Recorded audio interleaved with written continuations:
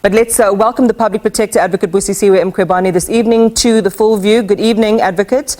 There were allegations of maladministration and improper conduct against the Department of Health in Limpopo, and your office then investigated the claims that the department irregularly appointed a Mr. Mpahlele to the position of CEO at the WF Noble Hospital. And you found that these allegations were not substantiated. Would you mind sharing with our viewers the substance of your findings? Thank you. Good evening. Good evening to the listeners and viewers. Yes, we found that the allegations are unsubstantiated because during our investigation, we uncovered that there were several applicants who applied who also didn't meet the requirements. And after the department consulted with the Minister of the MEC of Health, according to the policy, the recruitment and selection policy of the department, then it transpired that we uncovered during our investigation that the policy allows the MEC to be given an opportunity to guide and advise on the matter. So hence the matter is unsubstantiated. So where does this, is there a recommendation then that's left behind in the wake of this to ensure, that due diligence is followed and matters like these don't arise in the future? In this particular matter, yes, the report will be sent to the MEC, the relevant officials, the HOD of Health. But this report, Iman, is a closing report, and we found that the allegations are unsubstantiated. So I think this will be a lesson going forward as well, that indeed, the Department of Health followed their policies. Therefore, there is nothing untoward about that.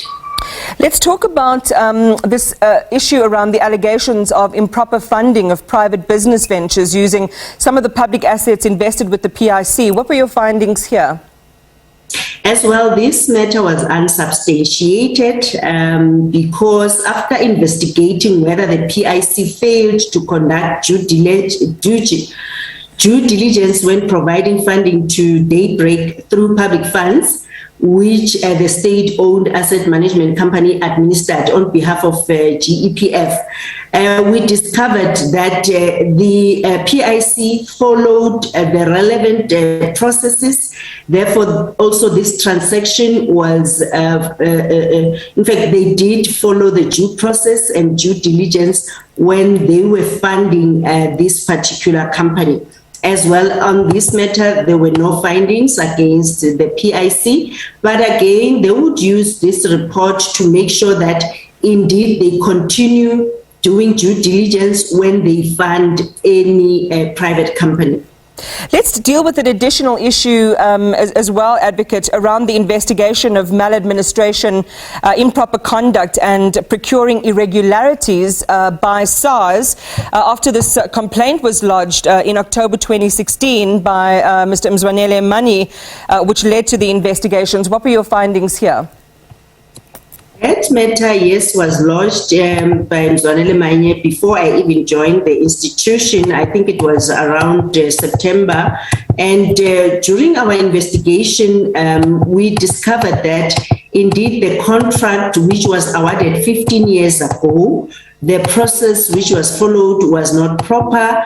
They applied or they engaged National Treasury to allow them to deviate from the normal tender processes. But then the deviation which was done, remember the emergency procurement is only done when it's a matter of life and death. And they had enough time to advertise the tender and to comply to Section 217 of the Constitution, which requires that there must be fair, equitable, transparent, and cost-effective procurement processes. That was not followed. Whereas the contract was then extended after that for the past 15 years. Always national, in fact, SARS will, each commissioner will approach National Treasury to then grant the extension of that particular contract. So in our findings, we found that all the SARS commissioners who were accounting officers, they failed to comply to Section 217 of the Constitution, the PFMA, and as well Section 195 of the Constitution, which requires professional, ethical, and efficient behavior by state functionaries. So now that the ball's been tossed into, is the ball tossed into SARS's court? I mean, this is quite a serious thing, that if they flouted internal processes and SARS has to be seen as an entity that is above reproach and works to the letter of the law, what happens with regard to these accounting officials that you have, I imagine, named in this report as having flouted procedure? That's why we've also, besides the officials, yes, especially the accounting officers, and including Barry Hall, who was also one of the officials working at SARS leading this modernization project.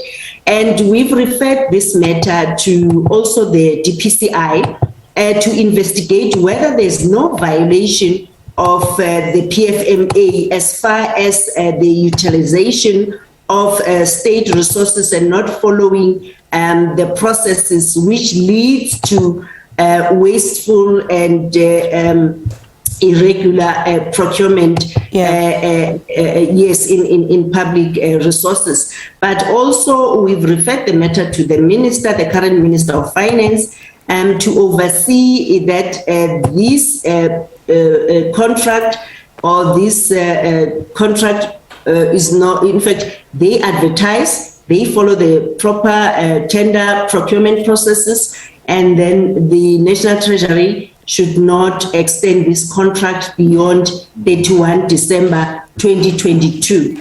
So that's what we have found in this particular matter. Before I let you go, I just want to loop back to this contentious issue about that text message that prompted the postponement of your application to halt your suspension and impeachment inquiry. Your office did say that you welcomed the statement by Chief Justice Zondo on our channel last night that the issue of the person who sent the message regarding this decision of the Constitutional Court, which has not been announced, is being investigated. This is many hours later now. What advice have you received and how will you be proceeding? We're still engaging, but I must indicate that indeed criminal charges will be opened. So we're still checking and receiving legal advices, what cases to open against who as well. And the matter of the Constitutional Court, we've received an acknowledgement of receipt from the Chief Justice, which we appreciate that he indicated they are busy conducting an investigation on the matter. And indeed, it's very concerning, Iman and listeners, because this shows that it's very easy to interfere and, capture the judiciary and again choreographed whatever process which is followed. When you'd find my legal team, the court is spending a lot of time hearing matters, and at the end of the day, then there would be people who will be saying nothing, or that matter won't be heard, will be dismissed, and by a private individual. So it's very concerning. All right. So, Advocate, unfortunately, we're out of time. I wanted to ask you a follow-up question, but we are definitely out of time. Thank you for your time this evening. Appreciate it. Public Protector Advocate Busisiwe Mkhwebane.